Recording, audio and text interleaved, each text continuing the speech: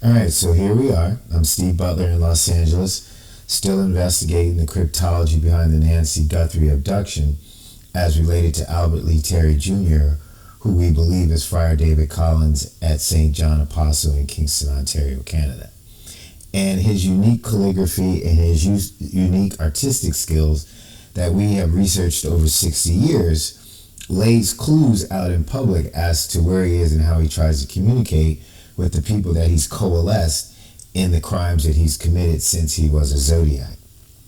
And in the Nancy Guthrie case, we find that they were using eBay and trading cards in order to show pictures with embedded signs and images, and then the lettering and writing around it, even though it seemed normal, right, were actually coded communications because the pictures themselves and the cards were not 100 years old. They were recent, although they were being sold as 100 years old. So today, I was just online. I hadn't seen anything, hadn't heard anything, but on our account on Reddit, there were some odd things going on.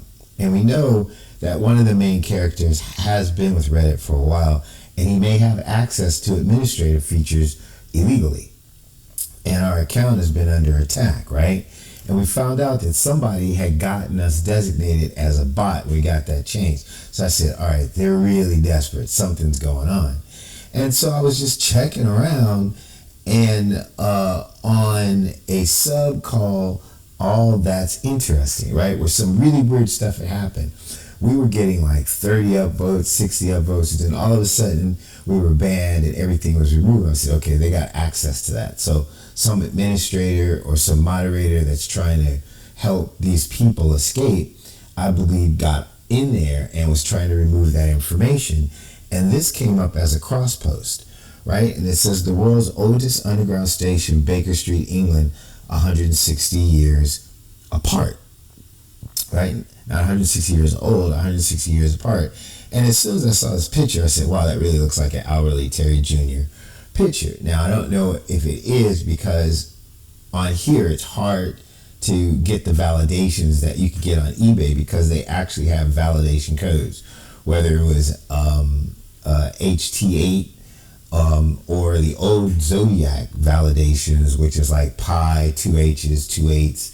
It looks like they're trying to change the code on the fly, which is hard, right? If you can't actually talk to people to make a code change for validation, they have to understand it and pick it up. It has to be done several times, and then an acknowledgement has to take place to say, all right, we got it. So on here, it looks like I went into it, right? And I'm going down, and let's just go with new. And I'm reading through, so I'm looking for something that looks suspicious, right? And the one that caught my eye was when they said, did Sherlock Holmes visit here in his stories? Which seems like normal, right? But then this person goes, no, and I'm like, something's up. Something's going on in here. It says, not even once in fiction, this is Baker Street after all. So I'm thinking, could it be? And then it says, how about Watson then? So that's when I realized, to me, that this set of communications is, do you think Ben Watson knows that we're here? Right? Because I'm the one that's, behind the Ben Watson profile investigation, Steve Butler. And I am the one who's been able to identify this guy's coding history from all the way back to Cherry Joe Bates till now. So Ben Watson is our public profile. Ben takes care of the public forward-facing interactions, so I don't have to deal with all this crap personally, right? Because it's all they do is personally attack the profile and just do the work. So that's when I said, I know I shouldn't, right? Police would probably tell me, Steve, why don't you just send it to us and not tell them that you know what's going on? Because I want to make it harder for them to communicate, even though I want them to communicate, right? Because at some point they're going to be desperate and turn themselves in, or they're going to get caught making a mistake trying to communicate, which is why I'm doing this video. So I said, Ben Watson Jr. has visited here. Let them know I know where you are, right? So then it says the photos are flipped, taken from up and down sides. I don't know if the rest of this is code. Some of these people have no idea, right, what's going on right before their eyes. But that shift to Sherlock Holmes was not an accident.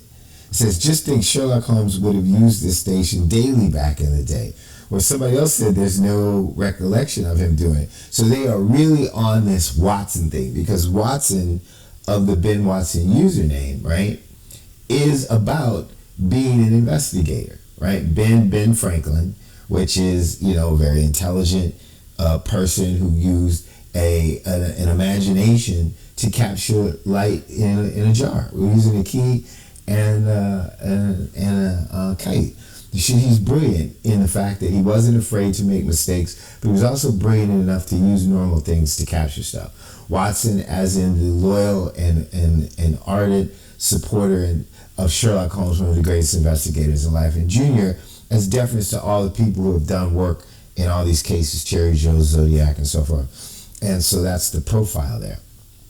And so as I go through this, I found that one of the 50 great things about the underground, an unofficial birthday salute to a public transport titan, they showed a trimming that has that very weird Albert Lee Jr. Scripting, which is just odd. Now that's probably an M, right? But it has that AR that we saw at the in Arizona, in the Catalina Hills, was the food store that was also part of the coatings, right? The signatory coatings and some of the original stuff we found on the postcards that matched up with the topography.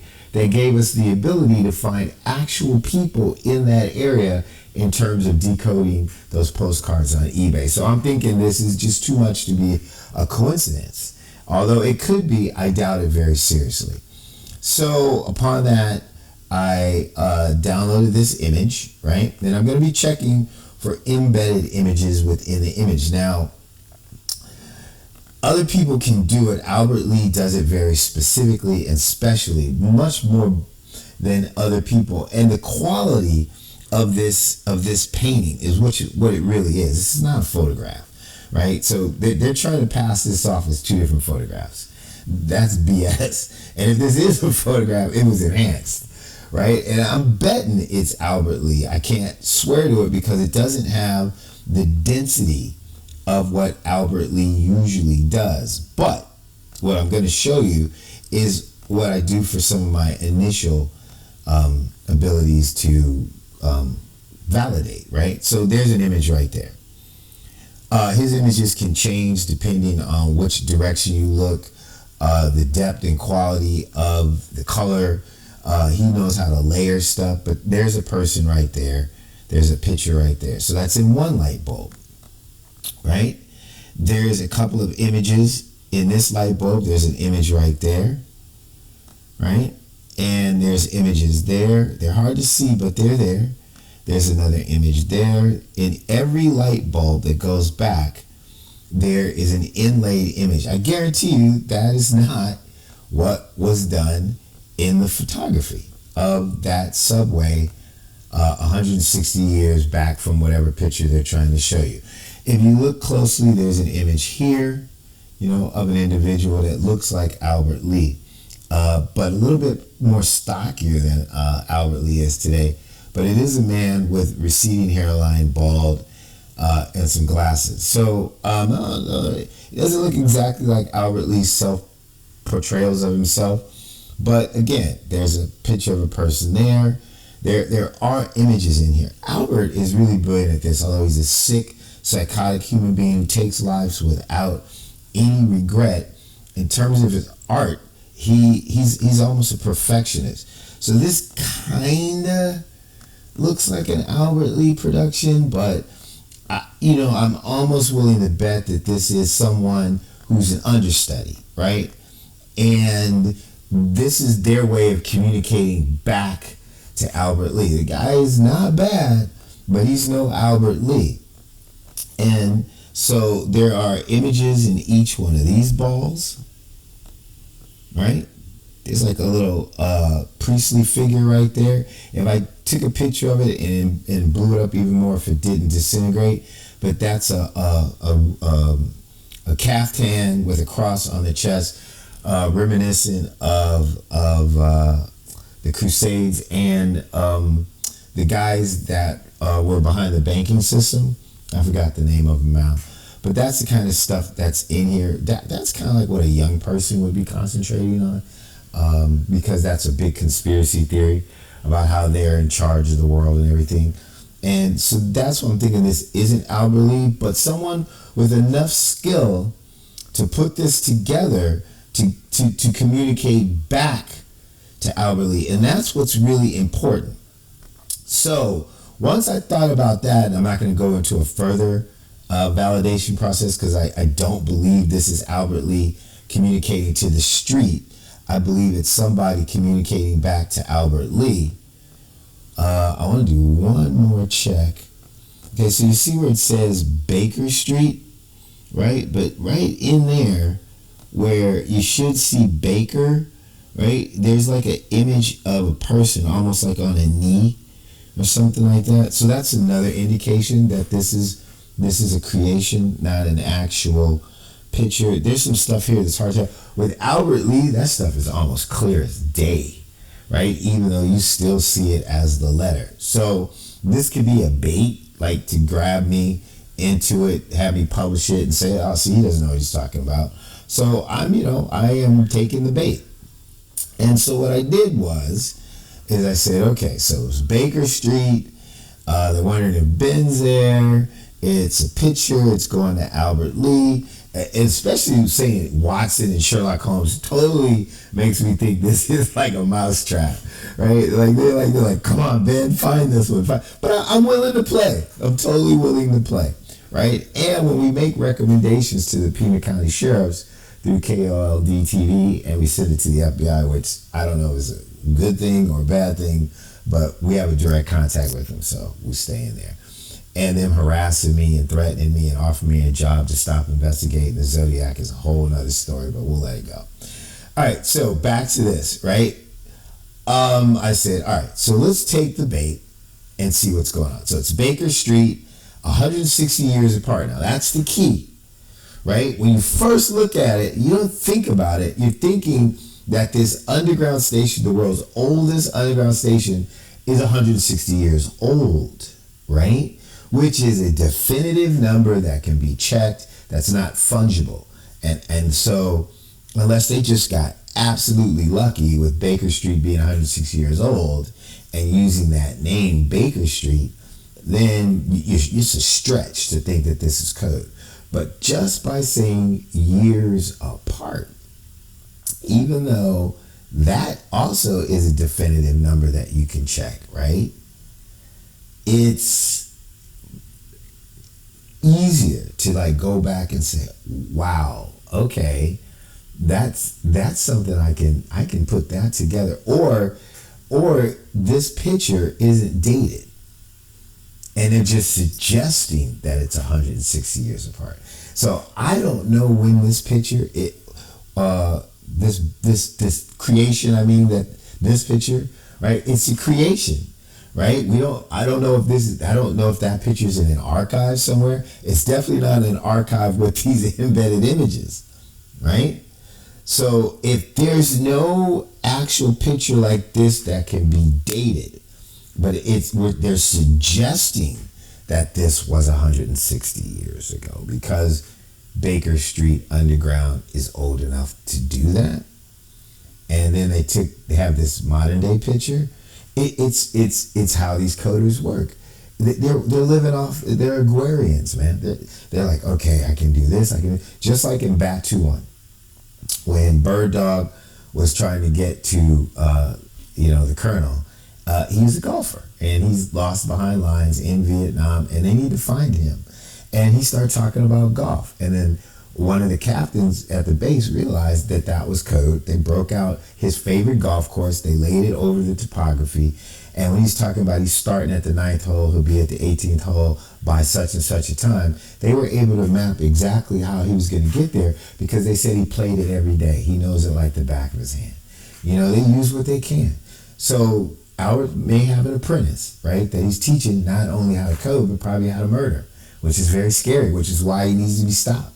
because he's not going to stop you waiting for him to die. He's going to create a spawn, and this might be the spawn. So they're trying to communicate to him, and I believe that there are people on the run from the Nancy Guthrie abduction. And we're trying to figure out where they are. We found code that I sent to Pima County earlier that said that they were probably at a no reservation campsite in Arizona, especially the ones associated with Indians or an Indian name, because one of the people involved is being mentored by a person, we believe, at the University of Arizona whose specialty is Indian lands and reservations. So you have to work with what you have, but those are the associations that we're finding. So what I was wondering was if I could find a 160 Baker Street in Arizona, and was it anywhere close to where we thought they might be? Watch what I was able to find. I'm going to close this out. I'm going to try to do it fresh and see how it works out. Google Maps. 160 Baker Street, Arizona. The only one is in Baghdad, Arizona. And that's it right there. This is it. This is the street view. But before I do that, I'm going to pull out, and I'm going to show you where we thought they might be for a while.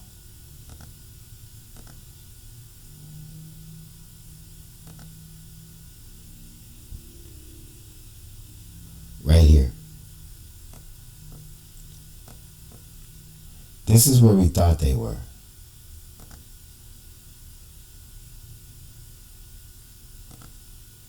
In the Apache Sitgraves National Forest, on a no reservation area that provided fishing and water and other things that you could probably get to, right? So we're in 160 Baker Street, Baghdad, Arizona, which is, I don't know the exact distance, but they've had a couple of months here. That's something they could get to for sure. And it's remote.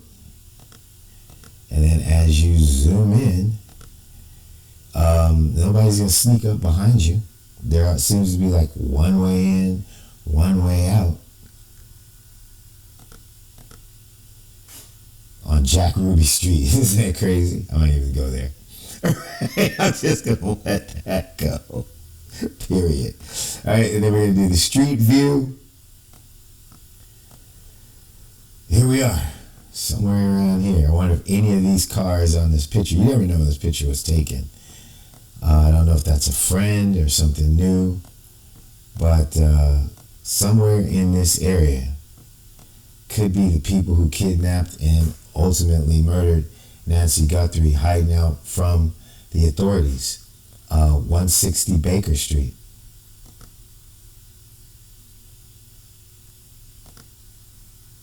In Baghdad, Arizona. That's my presentation. Thank you.